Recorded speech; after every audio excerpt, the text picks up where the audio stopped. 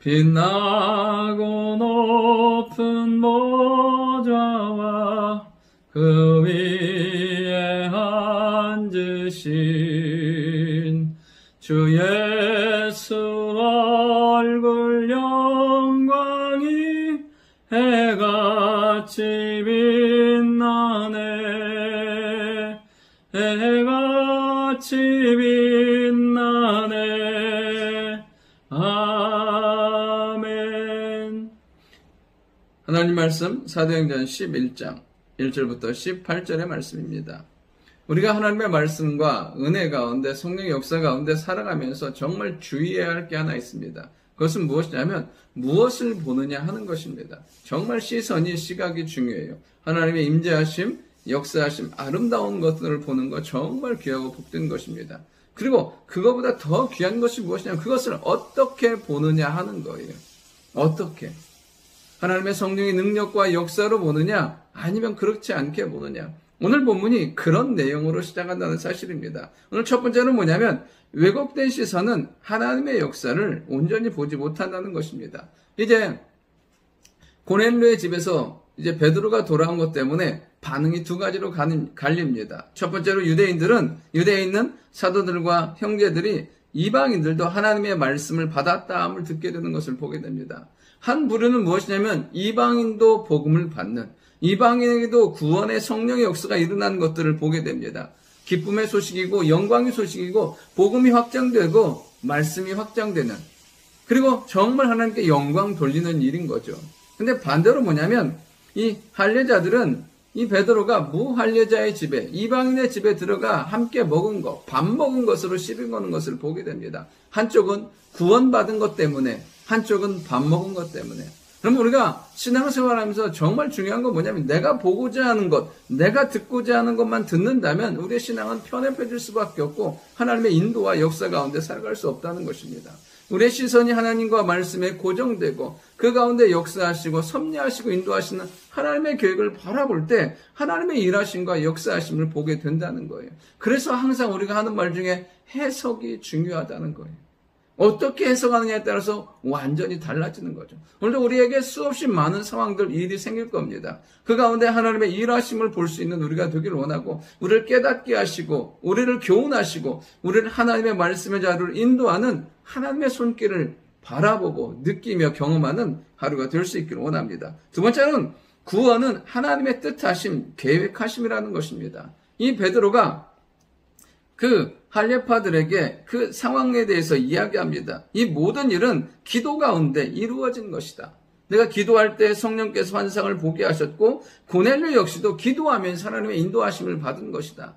여러분, 하나님의 일은 철저히 기도 가운데, 기도함 가운데 인도함 받아갈 때 온전하게 갈 수 있다는 것입니다. 그리고 뭐냐면 말씀으로 3번이나 알려주셨다. 하나님께서 더 이상 제한 두지 않고 하나님께서 구원의 은혜를 베푸신다는 것. 거룩함과 속됨이 구분이 아니라 오직 예수 그리스도로 구원받는 복음의 비밀이 이제 이방에도 땅끝까지 증거됨을 알려주신 것을 말씀하고 있습니다. 10절에 보면 이런 일이 3번 있은 후에, 그러니까 이 모든 것이 해석이 된 거죠. 아, 하나님의 구원의 역사가 이제 이렇게 증거되는구나. 그리고 12절에 보면 성령이 내게 명하사 의심하지 말고 가라고.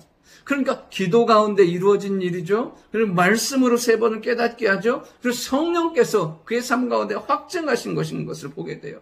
그러니까 이 모든 일이 누구의 계획 가운데, 하나님의 계획 가운데, 강력한 하나님의 인도하심 가운데, 역사하심 가운데 이루어지고 있음을 베드로는 고백하고 있습니다. 여러분, 우리 안에, 성도 안에 모든 것들은 하나님의 계획하심과 뜻하심 가운데 인도하고 역사하시는 줄 믿습니다. 그러니까 오늘도 우리가 해야 될 것은 무엇이냐면 하나님의 인도하심 받기 위해서 항상 깨어있는 거예요. 기도하는 거고 말씀을 듣고 성령의 인도 가운데 민감하게 살아갈 때 온전히 하나님의 계획하심, 일하심, 역사하심이 나타나게 된다는 것이에요.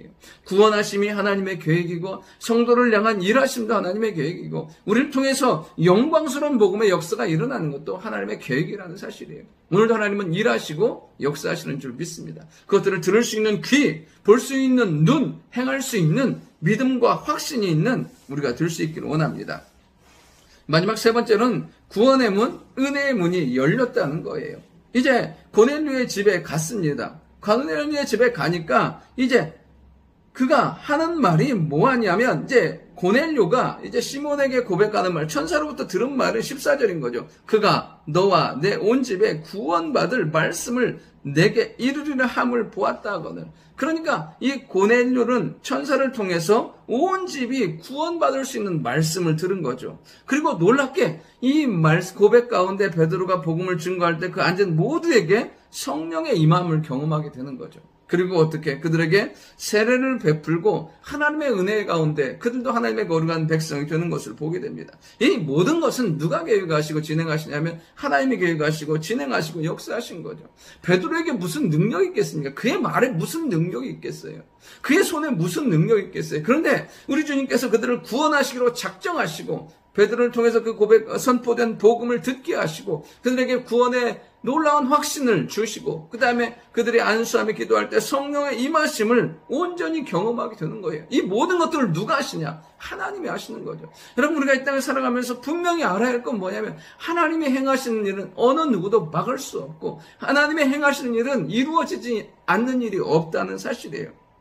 오늘 우리의 삶이 그 하나님의 거룩한 인도하심 가운데 역사하심 가운데 함께 가는 우리가 될 수 있기를 원하고 하나님의 일하심이 우리를 통해서 나타날 수 있는 우리가 될 수 있기를 원합니다. 그리고 마지막에 18절에 이 모든 이야기를 들은 그들이 하는 말이 뭐냐면 그들이 이 말을 듣고 잠잠하여 하나님께 영광을 돌려 이르되 그러면 하나님께서 이방인에게도 생명 얻는 회개를 주셨도다 하니라. 아멘. 그렇습니다.